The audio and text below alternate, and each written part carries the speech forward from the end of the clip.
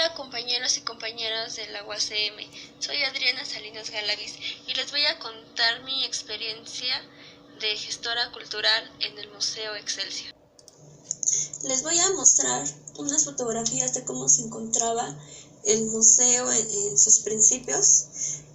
y pueden observar que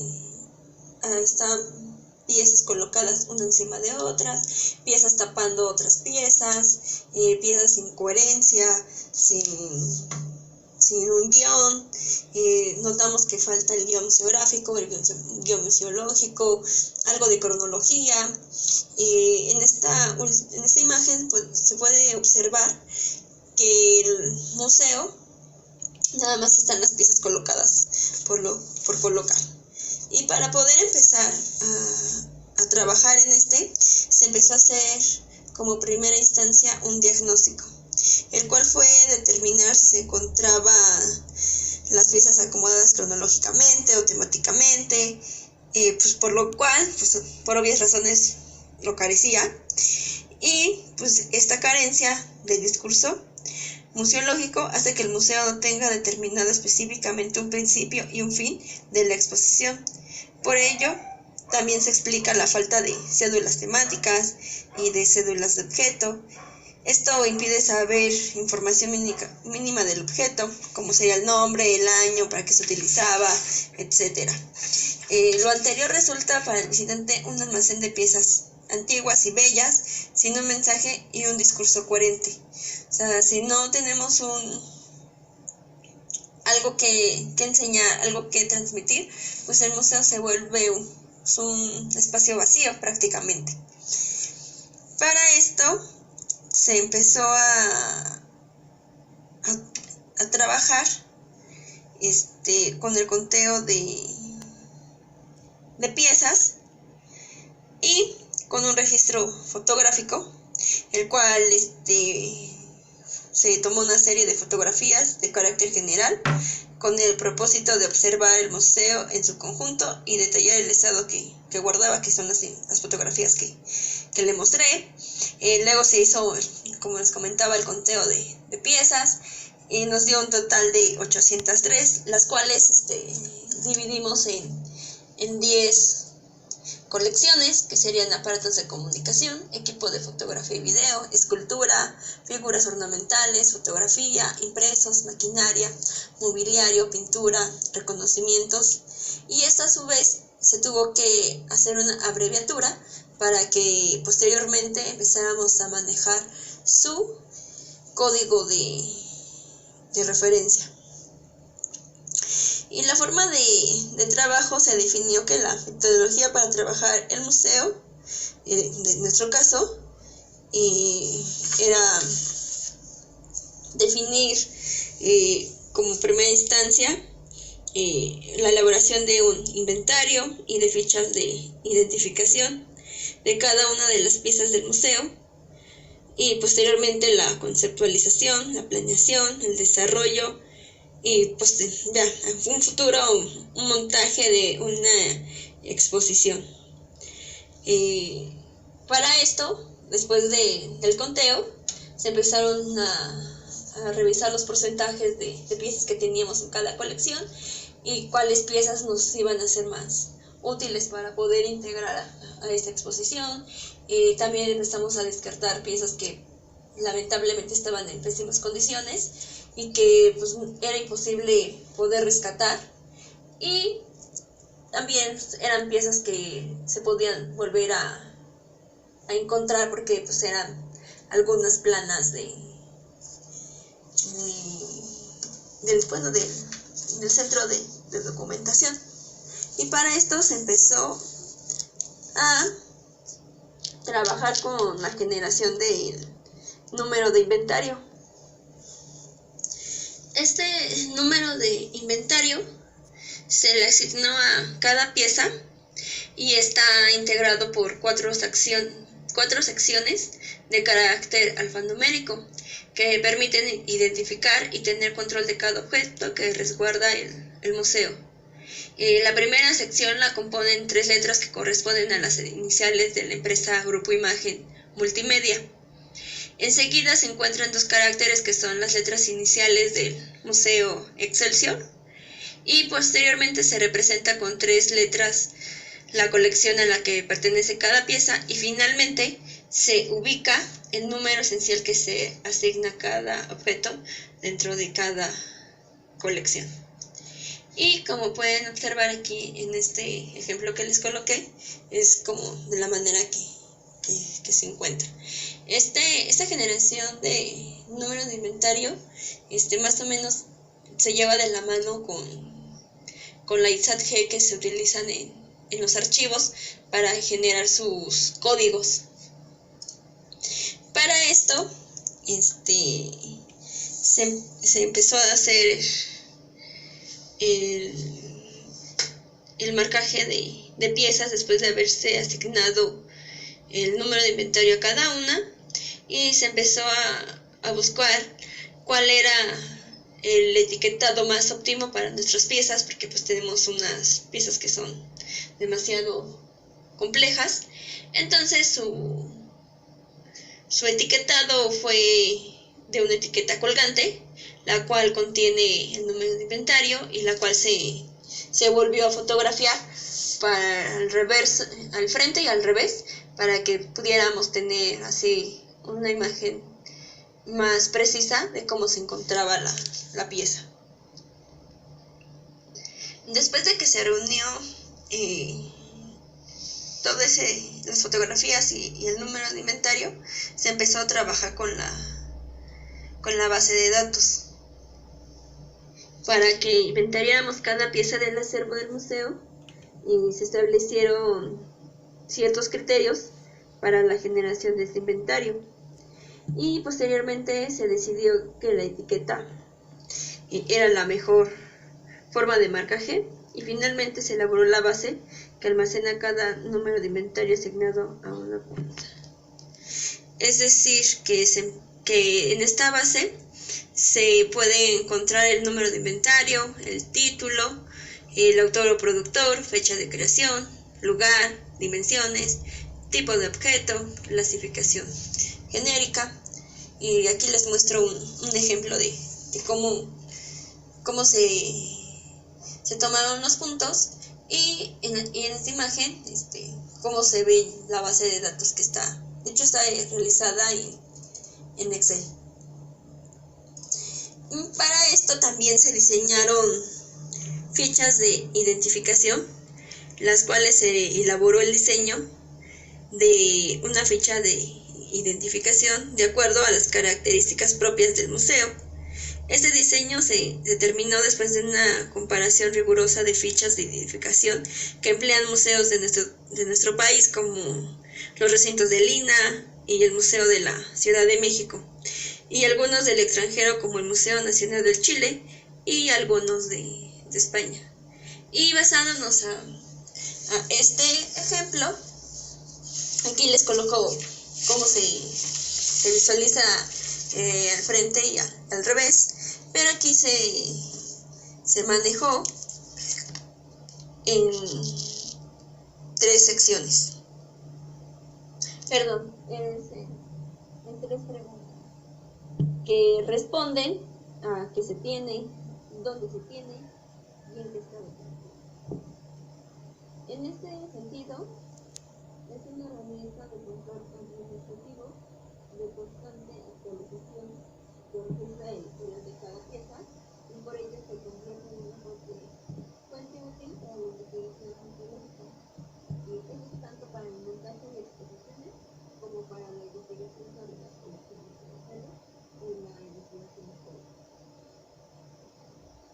Y la estructura, áreas y campos que conforman la ficha de identificación del museo, es en el verso de la ficha. Encontramos en la parte de arriba la pleca o el encabezado de la ficha, que sería el logotipo de Excelsior, el logotipo de Grupo Imagen, la leyenda que es del Centro de Documentación, Museo Excelsior, el número de ficha, el número de inventario. Ya pasando en la parte del medio, en la identificación, se colocó el tipo de objeto, título, autor o productor, fecha de creación, lugar, dimensiones, técnica, descripción física, clasificación genérica, acervos documentales relacionados y nota histórica. Y se le coloca del lado derecho y la fotografía tanto de frente como de atrás, y colocándole su número de inventario en grande. Y en el reverso de la ficha encontramos un control administrativo, el cual nos ayuda a encontrar la ubicación actual, el estado de conservación de la pieza, el movimiento de la obra, la revisión física y la limpieza que se debe tener en este recinto. Para esto también se llenaron y se empezó a hacer la investigación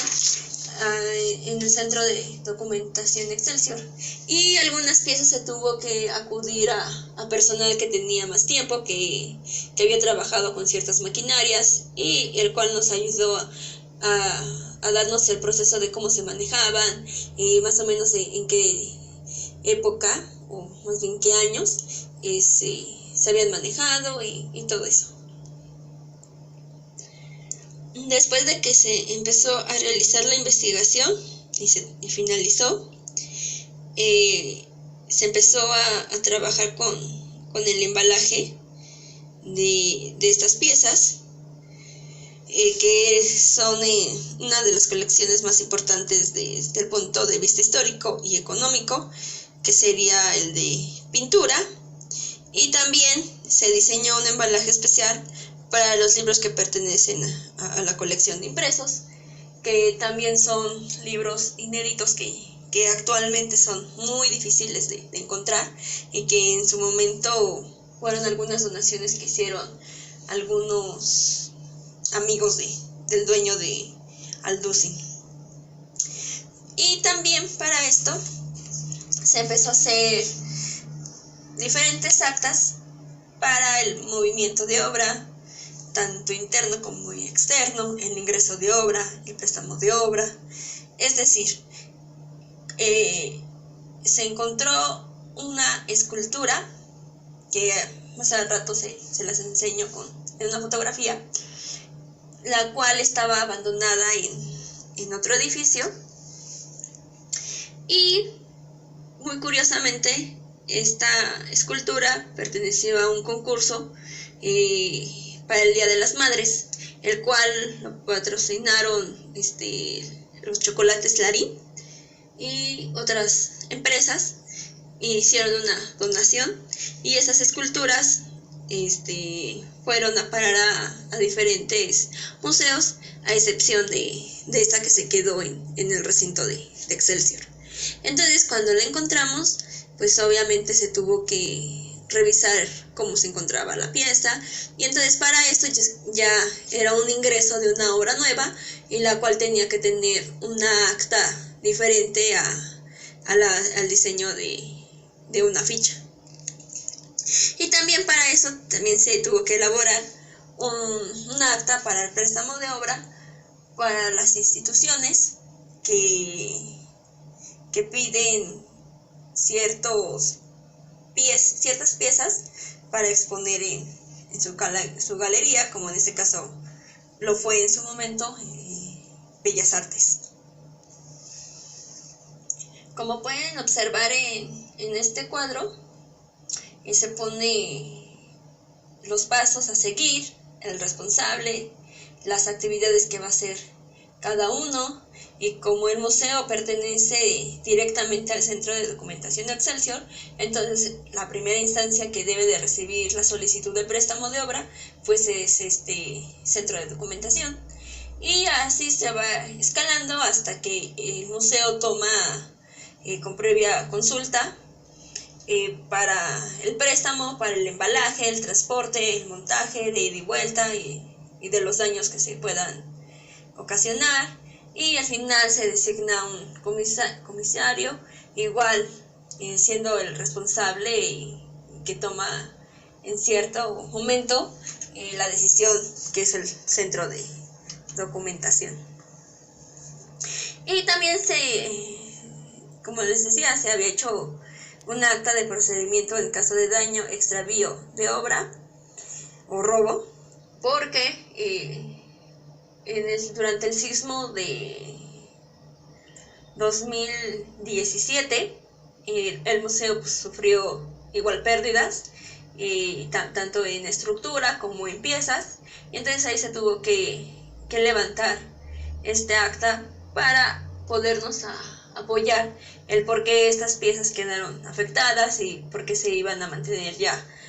en aislamiento, porque pues obviamente ya eran piezas que pues, ya no pueden estar expuestas porque pues tienen daños que ya no se pueden arreglar. Y también se empezó a trabajar con la conservación y la limpieza del acervo. Entonces se hizo una investigación de cómo se podía limpiar en seco o en húmedo, y se dividió en esas dos categorías, las colecciones que se podían limpiar y las cuales no. También se hizo un plan de limpieza, tanto para las piezas como para las instalaciones, ya que tenemos que visualizar que muchas veces el personal de limpieza no está totalmente capacitado para limpiar. Entonces, como responsables de este lugar, se tiene que también tomar en cuenta que se debe trabajar a la par con ellos, irles expresando lo que se necesita, lo que se puede limpiar libremente y lo que tiene que estar como en revisión. Y en nuestro caso es lo que más hemos estado haciendo énfasis para que se lleve a cabo y las piezas ya no sufran más daños.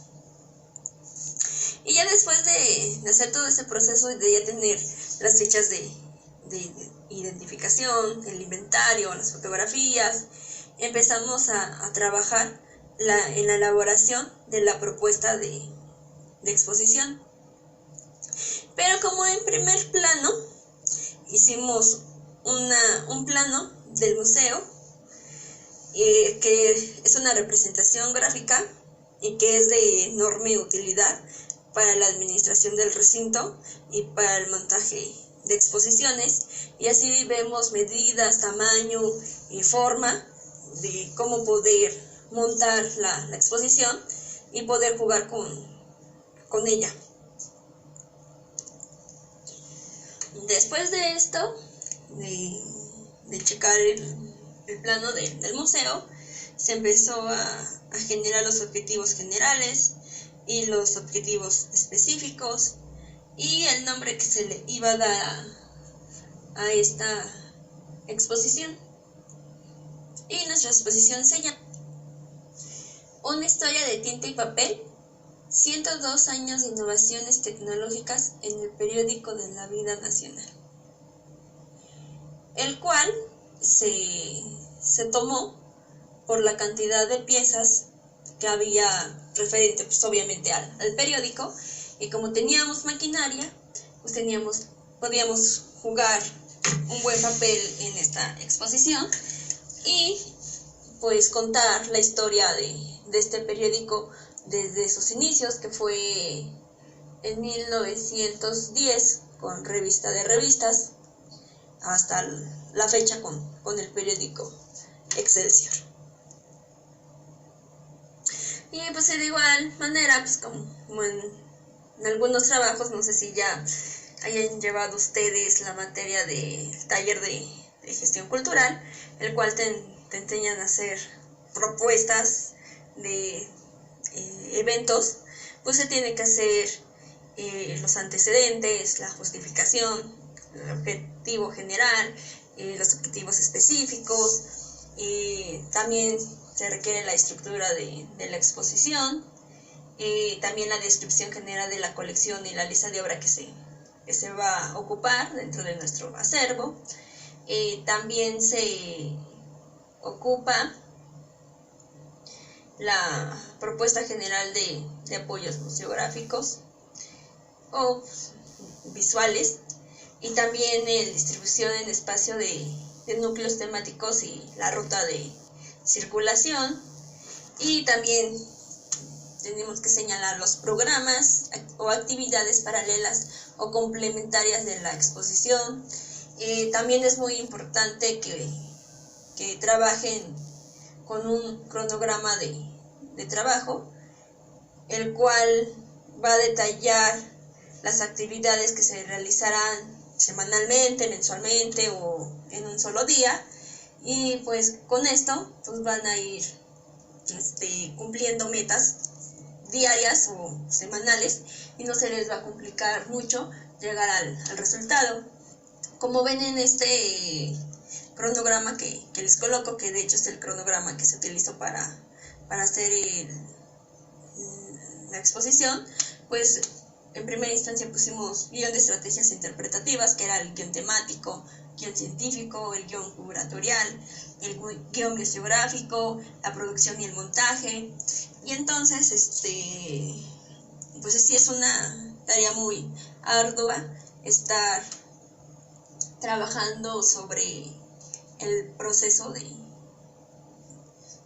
esas exposiciones. Y más, bueno, en mi caso, con este museo, porque fue volver a ser un museo, porque anteriormente era una galería y en su tiempo era muy famosa porque ayudaba muchísimo a los artistas que no eran bien recibidos en ciertas instancias como el INBA. Entonces Excelsior creó ese espacio para que pudieran también exponer mujeres y se les diera la oportunidad de tener su auge en ese tiempo. Pero finalmente les enseño cómo se visualiza la exposición, que en primer plano pues se colocó el logotipo de Excelsior. Se colocaron la cédula introductoria y la cédula de núcleo temático. A cada cuadro se le colocó su ficha técnica o su ficha de objeto o su cédula de identificación. Y en este pasillo se colocó todas las publicaciones que ha tenido este periódico, como revista de revistas, últimas noticias primera y segunda, policía, jaja, diorama, y también se colocó la infraestructura, que también para su tiempo era muy moderna, y entonces era muy llamativa la manera en que construyó Aldusi sus edificios. Y actualmente también se colocó la fotografía del último edificio de Ciudad de Imagen. Después se hizo una recreación de una redacción de los años de los 40 a los 60, aprovechando que pues teníamos algunos mobiliarios para poder hacer esto en este espacio. Y después se procedió a relatar cómo fue la manera en que se empezó a imprimir el periódico, cómo fue que se pasó de la imprenta de Gutenberg a lo que actualmente se conocen como las rotativas. Y también se colocaron maquinaria que se utilizaba como en el rotograbado, en la fototeca, cuando igualaban el color para las impresiones, las maquinarias de líneas finas o gruesas, que eran las que cortaban a veces las piezas para los moldes, más bien para las piezas. Y también se procedió a relatar a los papeleritos, a los buceadores, que en su tiempo pues eran súper famosos, y les recomiendo la película del papelerito que está afuera de las instalaciones de Excelsior, de hecho, y pueden constatar ese punto que les digo. Y pues se empezó también a describir la relación importante que tenían estos personajes. Y también se señaló el Día de las Madres y todas las vanguardias que trajo Rafael Alducin de Estados Unidos a México, y cómo fue que patrocinó esta fecha, y como es una fecha muy especial para la mayoría de nosotros, pues se trató de hacer un énfasis muy importante, porque es realmente importante saber por qué se festejan algunas cosas en nuestro país. Y también se le hizo un homenaje a los diferentes directores que tuvo Excelsior, incluyendo a una mujer que, pues, para su tiempo, y en ese tiempo, era imposible que estuviera al mando. Y Excelsior fue el primer periódico que dio la oportunidad de hacer esto posible. Y el siguiente núcleo es del centro de documentación, la manera en que se trabaja, la manera en que se hace la investigación, los materiales que se contienen, las fotografías, los tomos de revista de revistas, Jueves de Excelsior, Diorama de la Cultura, de Jaja, Policial, de todas sus publicaciones, y se contó como un pequeño agradecimiento para este lugar, y se concluyó con también un pequeño homenaje a Galerías Excelsior, que, como les comentaba, fue muy importante. Y fue así como se desarrolló este trabajo arduo, porque fue durante casi 3 años, y pues prácticamente fue trabajo rudo, y decir se debe de acabar, porque el museo ha tenido visitas importantes, como lo es Beatriz Gutiérrez Müller, la esposa del presidente Andrés Manuel López Obrador, y pues de los dueños de la misma empresa, directivos. Entonces el museo no es abierto al público, pero sí está abierto para el personal de este mismo, pero pues todos modos se debe de tener un museo bien, y actualmente se está trabajando para mejoras en la exposición, y para en un futuro poderlo abrir al público en general. Bueno, eso es todo lo que he estado trabajando estos 3 años en esta empresa. Fuera de ella he estado colaborando con algunos colegas sobre algunas exposiciones, algunos eventos en casas de cultura, centros culturales. He ido a impartir talleres, y pues las recomendaciones que les puedo hacer es que si tienen oportunidad de tomar un curso o de participar en eventos, lo hagan. Realmente te ayuda para la experiencia, y que puedan tener más herramientas para poder gestionar, porque es totalmente diferente la teoría que la práctica, y pues es muy importante llevar de la mano las dos cosas. Creo que aquí en la UASM hay un seminario permanente de museología. Creo que lo imparte Juan Luna.